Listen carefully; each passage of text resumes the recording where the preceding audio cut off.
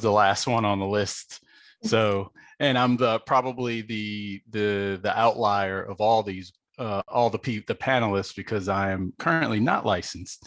But like I was saying earlier on in my introduction, I moved up through the ranks working at predominantly white firms in Philadelphia, and after I graduated from, or while I was in school at Hampton University in Virginia. So I've worked, started from the bottom, like Drake says, and then kind of just worked my way up through the system. And currently, like I was saying earlier, I'm a studio manager at NOR without a license. And a lot of people are probably saying, how did you do that? And when I graduated from school, and a lot of the panelists know this, that you didn't necessarily, when you worked at a larger firm, you didn't necessarily have to have a license to practice architecture, as long as you were working under an architect that led the firm. So at larger corporate firms, there's a principal, and there's the hierarchy, and then you have the project managers and the project architects. And so that's the kind of structure that I have most of my experience in. So throughout my career, I was a staff architect or a entry-level architect. And I've worked at other places where I moved up the ladder to a project, not a project architect, but a project designer, because you're not allowed to be called an architect unless you're registered. And then from there to a project manager, and did project management tasks, managing teams, some teams that had registered architects on the team. But I just happened to have a little bit more experience and a little bit more background knowledge that I could lead those teams. And then now currently at NOR, I'm a studio manager. I also project manage some projects, but I'm a studio manager, which gives me the ability to hire staff. And right now, the only staff that I'm looking to hire, or the staff that raises my antennas, are the people that have a registration. And so I'm kind of, I'm not a good storyteller, so I'm just kind of going to jump around.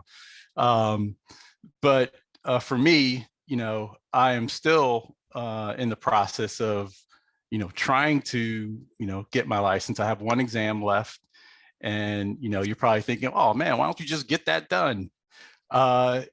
It's not as easy as it sounds, but for me at least. And for everybody's different. Some people, in their life are able to, jump right in and start, getting, studying and doing all the things and focus their attention. Other people, get distracted and take their time, or take breaks and things like that. So I fall into that category a little bit, but I wouldn't recommend doing that. For those of you who are in school and thinking about getting licensed, I would highly recommend that you do it as soon as you can, as soon as you get out of school, or as soon as you can after you get out of school, once you get through your AXP and training or program, or if you can do it before that, like Ulysses was saying, then I would recommend that too, because then you can you have a lot more options, let's just say that, available to you. Fortunate, I'm like an outlier. Like I said, I'm fortunate enough that I've had experiences and exposure that has allowed me to move up to a hiring management position at a larger firm.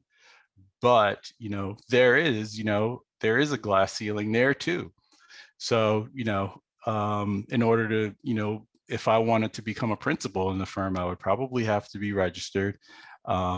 Even start, to be an associate, you probably have to be registered. So there's that level of leadership within a larger organization that, you know, um, encourages you to become licensed. And I don't necessarily right now, I'm never going to say never, but right now I don't intend on starting my own firm. So for me, the process is to kind of move through what's the next level that I can get to in the structure that I'm familiar with.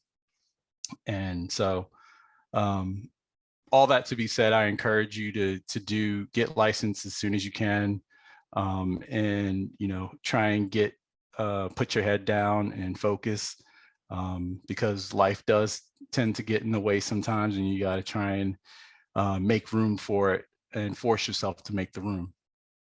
And that's what I'm doing.